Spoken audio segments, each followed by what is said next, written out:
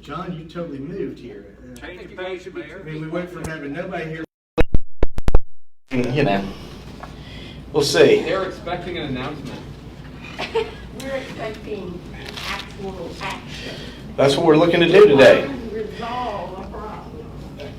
Very public. Thank you. Well, again, we try to keep this so that we can continue to talk and press can have the chance to communicate with us. But appreciate you being here. It's good to see former Councilwoman Jewel Canada Wynn in the back. So good to see you. It's been some time. Glad to see you back at City Hall. A couple things that happened last week we want to talk about that I think that are going to be good things that really I think we were very happy with. The National Seashore turns 50 years old. It turned 50 years old. As part of that, the port, the National Seashore, and many others came together to put together a Pelican, Ranger Pelican. If you had a chance to see that, we did the unveiling on Friday. It's exciting, as I've said before, and I've said it many times here, the many national parks that I've been to, they're truly a blessing. They're our properties. We own them as the people of the United States. It is one of the great assets that we have to take advantage of, and it is so amazing that one of the main properties within the national park system is the Gulf Islands National Seashore, and we are certainly blessed to have it, and I think the City of Pensacola is very happy to do what we can to partner with them and continue to find ways to showcase this great asset that we have at the National Seashore. So happy birthday to it, and we put a new Pelican out there at the ferry landing. We hope you have a chance to see that, and we're very excited about that partnership. Also, another partnership we're very excited about. Last week, American Airlines launched a new nonstop flight between Boston and Pensacola. It will start this summer. American Airlines will begin offering service between Logan International Airport and Pensacola International Airport in June of 2022, bringing even more nonstop destination options to Pensacola travelers. The connection to Boston is continued evidence that the Pensacola Airport is truly a gateway to the Gulf Coast, and our team at the airport continues to improve as we beat the odds and offer more exciting opportunities for those who want to travel. Flights can be booked online at aa.com, and we're very happy about that announcement with American Airlines. I think it just continues to show what we're able to do with the City of Pensacola, with our airport, and truly, as we said, we are becoming the gateway to the Gulf Coast, and very happy about that announcement. Also, the City of Pensacola wins the 2021 Mobile Web Award for Park Pensacola website. After debuting its new Park Pensacola website in November of 2020, the City of Pensacola and local public relations agency IdeaWorks were recognized by Web Marketing Association for the Outstanding Mobile Website Award for Superior Achievement in Mobile Development as part of the association's 8th annual Mobile Web Awards competitions. Congratulations to IdeaWorks and Park Pensacola for this achievement.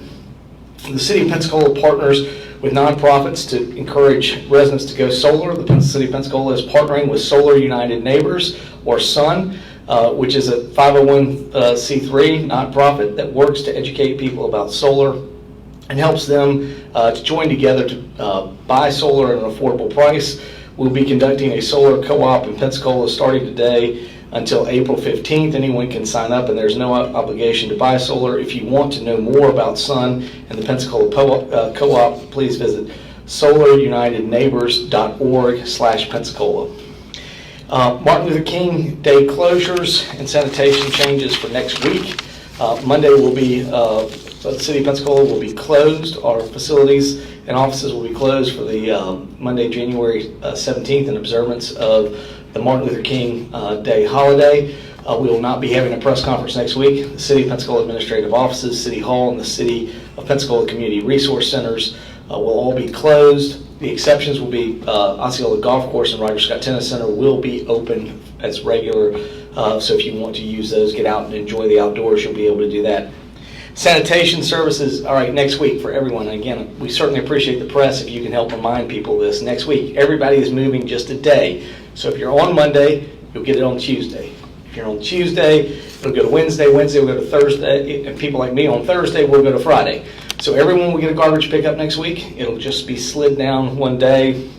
So we hope that you will work with us on that as well. And remember that next week we have some changes to be made there on the sanitation. COVID-19, according to the Florida Department of Health last week, we had a positivity rate of 33.8% for the week. This is following the positivity rate of 25.6 for the week before. So again, we are still seeing sort of widespread COVID out there. The good news is it is not translating into as significant of hospitalizations. We have the hospitalizations over the week. We started out in the middle of the week there in the 120s or 1-teens. We went to 140 on Saturday, 158 on Sunday, and 158 today. So again, we certainly are seeing this Omicron as we continue to work through it. We continue to see it spread, but again, the issue has been that we have not seen as people as critical having to be hospitalized, which has certainly been what we've been tracking from the very beginning in April of 2020. We think it's the most important measure of what we do. And again, we encourage everyone, what we continue to talk with the hospitals is, what they say the most important thing is getting vaccinated and continuing to do your boosters and all those things. So we absolutely encourage you to do that and continue to work with it. We'll be on a call today again at 2 o'clock. I do think what we continue to see with this is, they said even the people that are in the hospital are not as serious as what we've had before with other variants of COVID. And again, this may be continuing to show what we had thought in March of 2020 was that we were just going to have to get through this and eventually move to where COVID variants become more of a cold than what they have been, and so more of a cold or flu. And it seems to be headed in that direction. We continue to ask citizens to be cautious and take precautions. We certainly appreciate Stay Safe Pensacola that we highlighted last week that's doing several things and initiatives, and we continue to watch it. But at this time, the good news is we're not seeing the hospitalizations go up as far as what we had seen before. And again, we'll be on the conversation today with them, and Escambia County will be on with all 3 hospitals. The hospital, again, we gave the totals for that. Also, I want to say this week there'll be an important event happening. I appreciate I saw in the News Journal the editorial from Lucky Tim Kinsella, who has been our base commander. Lucky's a good friend. He and Jen are good friends of Jill and I. We certainly have enjoyed that relationship. I think Lucky has done a lot to try to make sure that the city and the base are connected, and even during this very difficult time of not being able to get on the base between the shooting on there and then COVID, still continuing to maintain that relationship. And I really appreciate his service and his friendship, and I thought everything that he said in his editorial was so true about some of the things that are challenging during this time of COVID with leadership, and he's done an incredible job.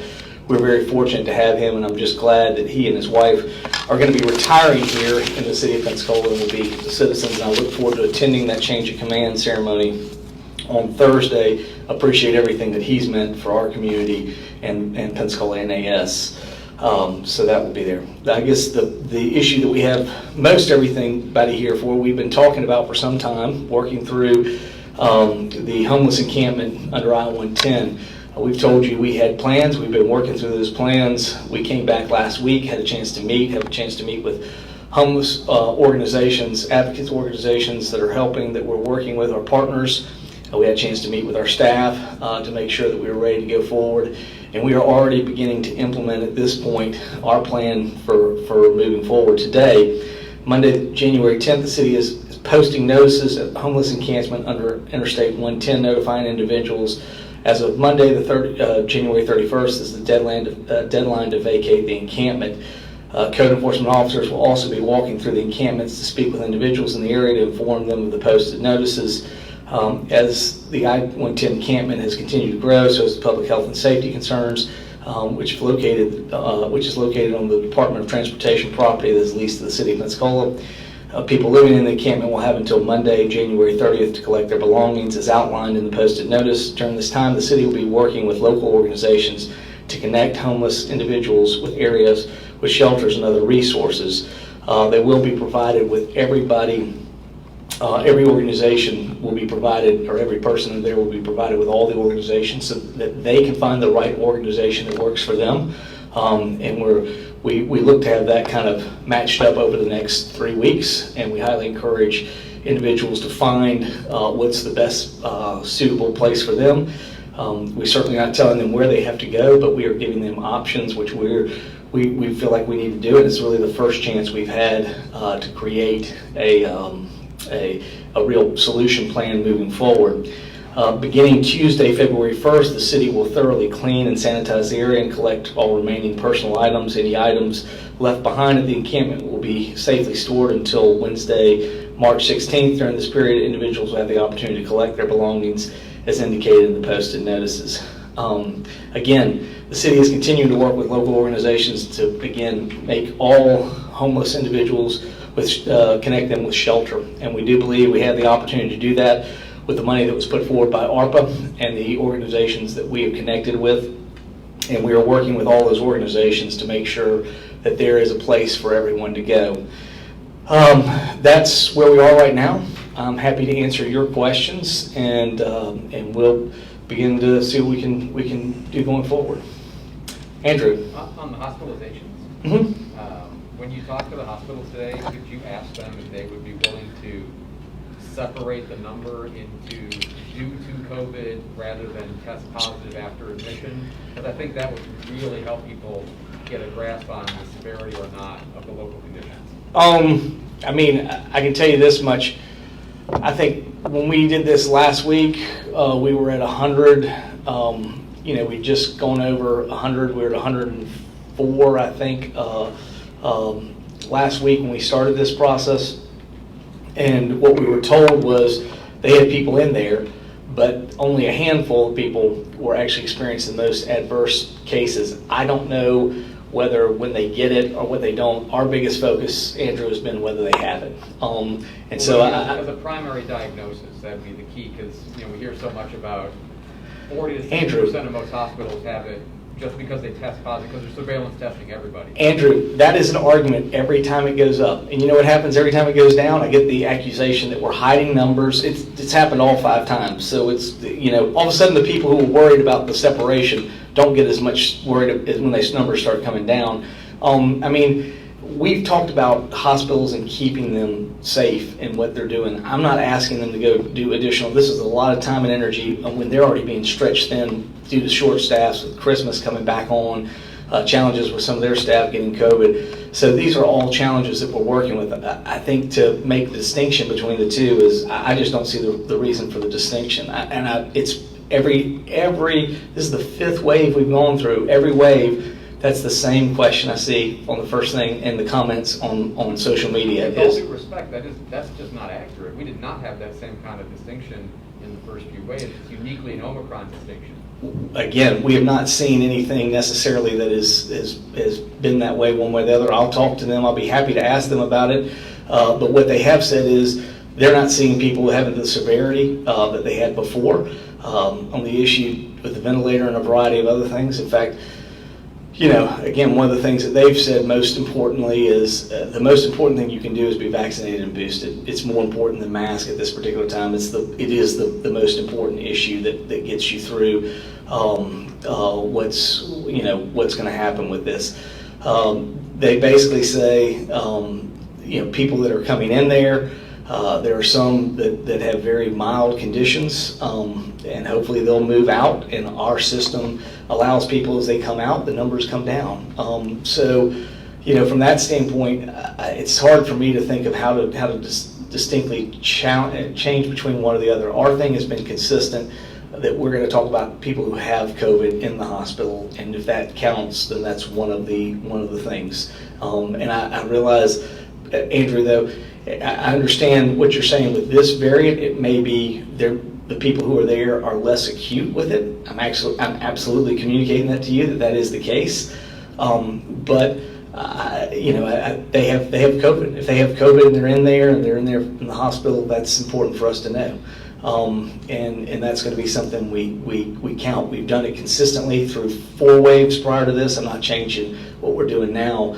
and doing one thing or the other. We're continuing to count those individuals.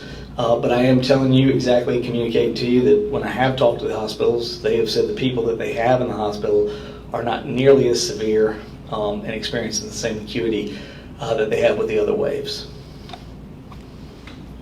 Jim? So on this, have these notices gone up today or around under the interstate? That's exactly what they'll be doing. They'll be handing notices out to individuals, but they'll also be posting notices. Now, these are notices that are essentially explaining what the city will be doing. DOT will be coming in on January 31st and putting up new notices about no longer being able to camp or live underneath the bridge. So in the meantime, between now and January 31st, I guess, is the city doing anything to stop more people from coming in, or is there talk maybe putting up barriers or anything? I mean, at this point, Jim, we're where we are. When people come in, we'll put it right to them. I see Melissa in the back. I see Lawrence working with them. I know John Johnson and his team. We'll immediately give them a sheet and we'll say, here's what it is. The good news is even after this is done, the opportunity that we have through other encampments or other things that are inside the city, we have the ability to engage with any of those groups and say, here are the ways inside the city limits of Pensacola that we would like you to engage. We want to help you. We have shelter for you. We have options for you, and we want you to either take advantage of one of these options. But again, it's not an option of taking over a park. I think you have a number of citizens here who are upset. As we've said before for several times up here, we needed to do something and move forward. I also see several people, and I see Connie in the back. Thank you for being here. We certainly thoughts and prayers have been with you and your family. But I see Alice and Patton also back there who've been part of the group. I mean, we were very clear when we started this. We weren't gonna do anything until we had a plan, and we felt like we could execute and move that plan going forward.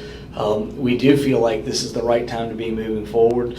We feel like there's been a lot of work on that plan submitted, and it's now time to implement it. We actually have funding for it, and we're moving forward.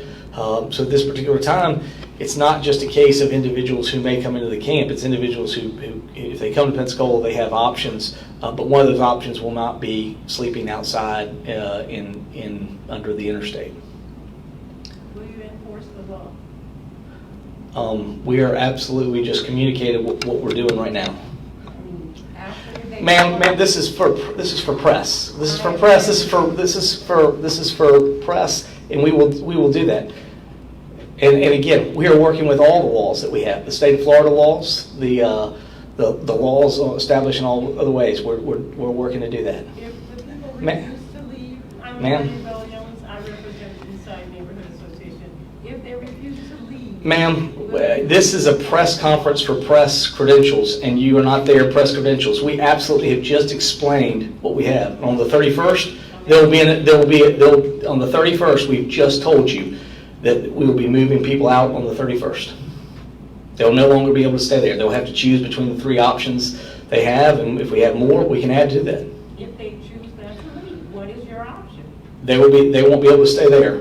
What will Again, man, this is, I feel like Jeremy Morrison's here again. We can't discuss what's in the theoretical. We can tell you what is the issue we have, and what will happen at that point. But we intend to move, people will not be staying there.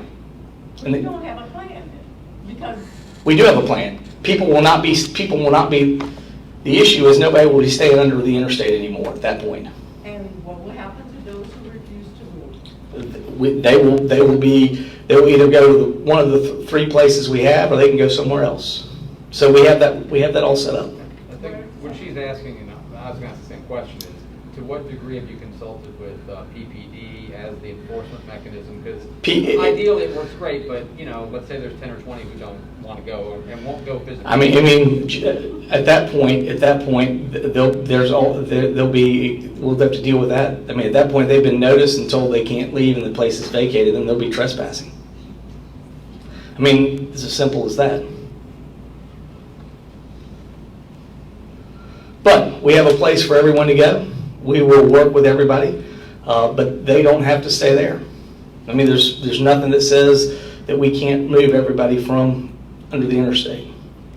Mayor, I was Yes. going to ask if you guys have a count on the current total that are there, and then if you have enough beds and space, and like I guess how many, as far as the plan goes, how many people can you put in these different places that you guys have set up? The last time we had something, we had a count. I think even the one that went to council was roughly around 90 people. We had planned through the different organizations we have over 100 beds, but not everybody within those 90 people is going to do that. I mean, even I see Melissa in the back. She came to the council meeting and it was very clear that there are several people that have no intention of doing that. So, I mean, it's hard to say what we have and what's in there, what will be. My hope is that everyone will take advantage of this to begin to find a path to move to shelter.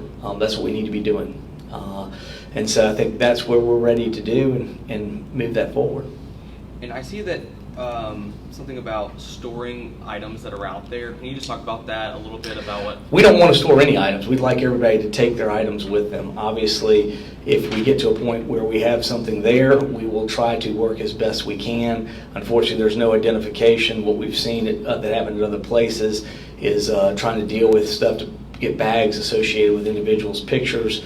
See if we can take that and be able to hold that, and then as we clean up, it'll be there and it'll be stored until that March 16th date, and at that point, either they pick it up or at that point it will be disposed of. But you know, again, we highly encourage everybody to take their stuff. That's what we want to have happen. But we know just like everything else, there's always people going to ask, well, what happens here? I can't say that we know that anybody's going to have anything left over, but if they do, we've got to play the way to do it. We're very much following the same patterns other places have done. Asheville has done this recently. Other communities have done this. So again, we're going to do everything that's consistent with what other communities have done.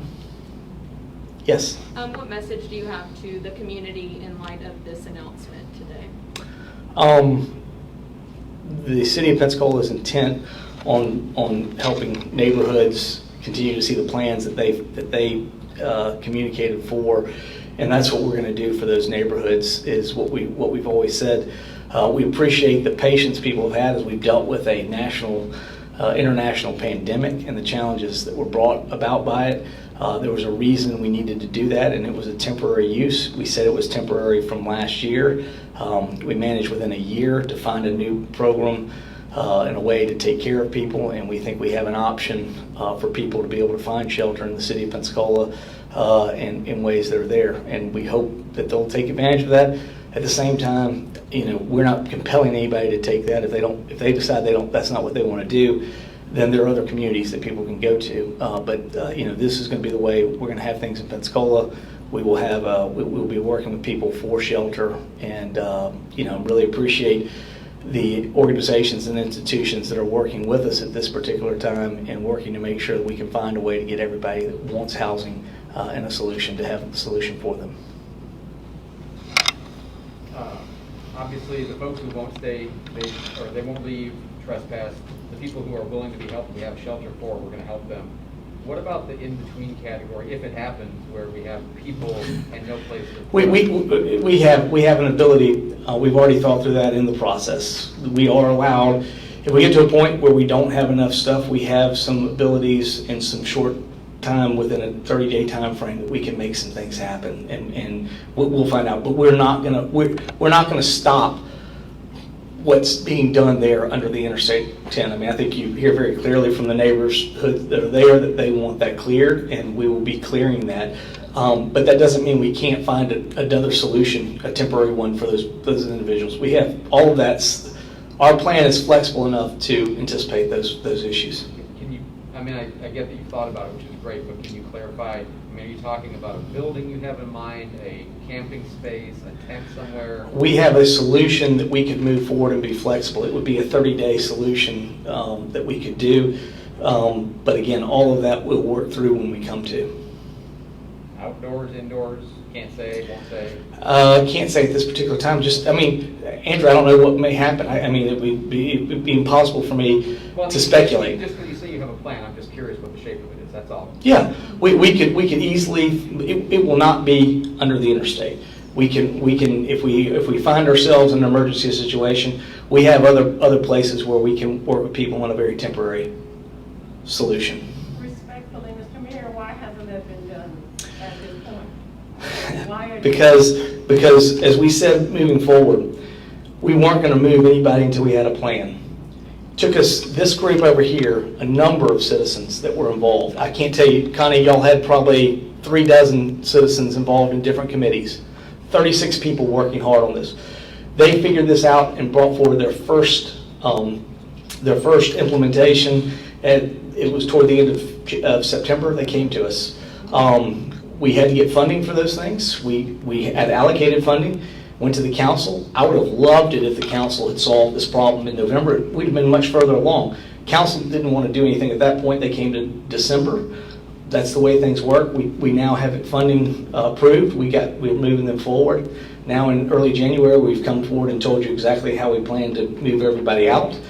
And it goes forward from there. And if things come up, we have flexibility within the plan to move with it. And that's why we're doing what we're doing. But we do not want flexibility in the deadline. Thank you. All right, did you have a question? No.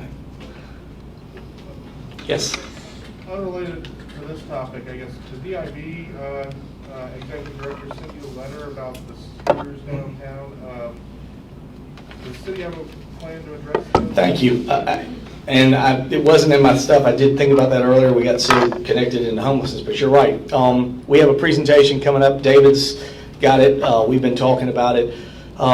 Two things that were in the DIB thing that are currently right now in our plan are the stopping service at 10 o'clock. The 5 a.m. to 10 o'clock was allowing it to happen. 10 p.m. After 10 p.m. shutting down. And also taking things off the sidewalk.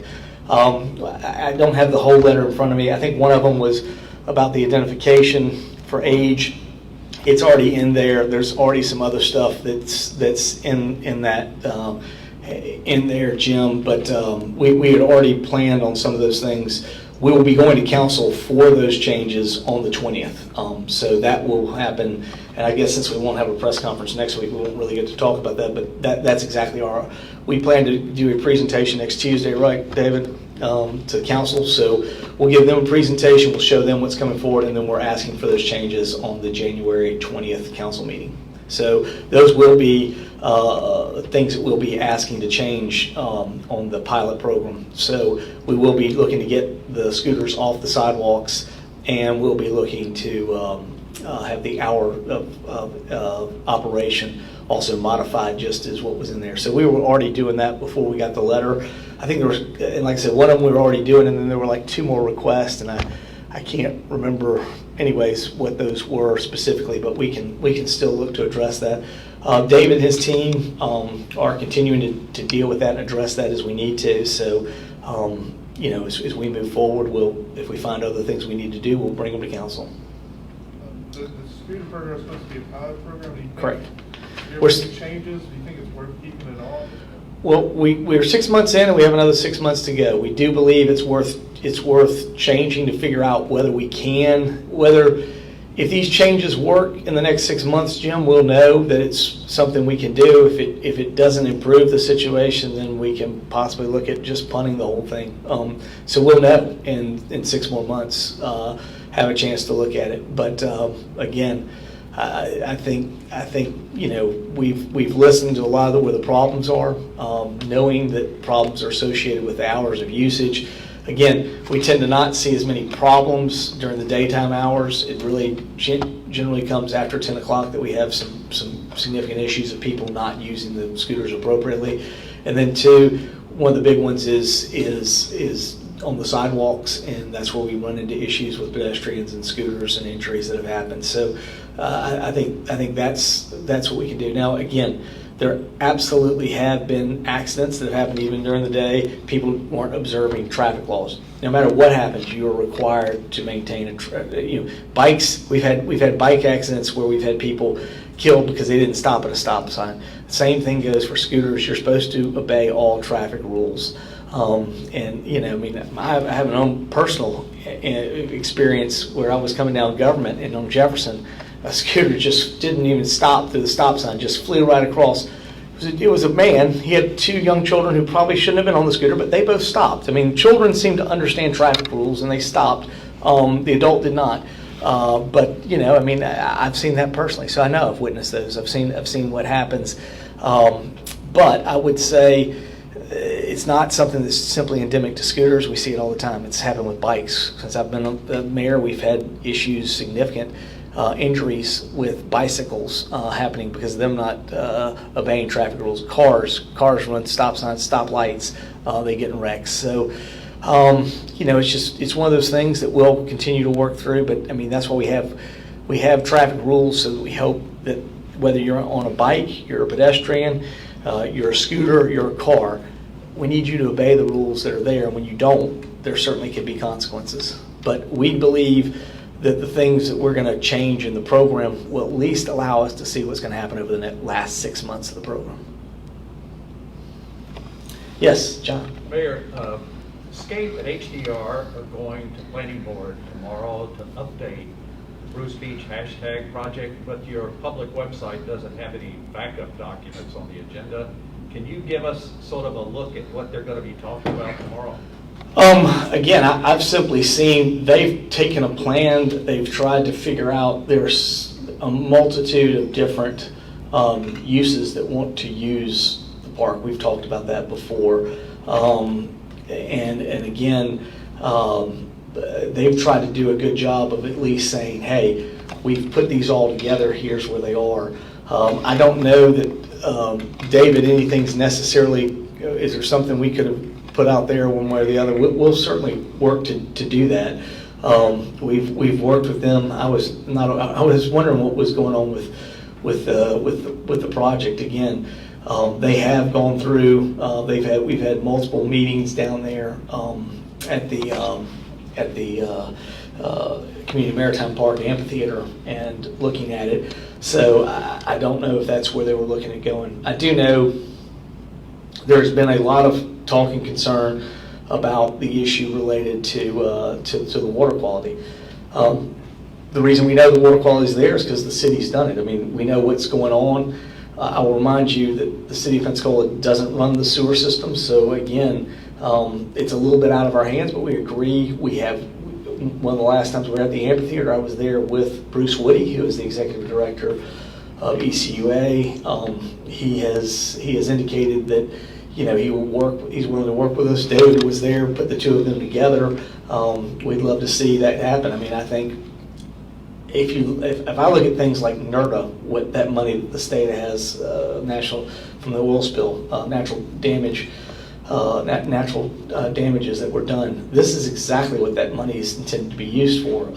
I would think that would be a great use of it to figure out what's going on with the issue of why we're having problems with water quality at certain times, especially after rainfall. It probably is something with certainly sewer connections, with problems with those. So I mean, but again, it's a little bit out of our hands because that's ECUA. We have an ability and at least a sort of a handshake agreement to work with us on it, and we'll have to take them up as we move forward. Until then, I mean, if push comes to shove and people feel like it's something we need to close the park down for a temporary, until we can get to the point where we can actually have some implementation and work being done on the site, I mean, we'll certainly have to look and address those things. But again, you know, no one would have known if the problem was there if the city wasn't funding it. So, you know, from that standpoint, the city's out there finding it.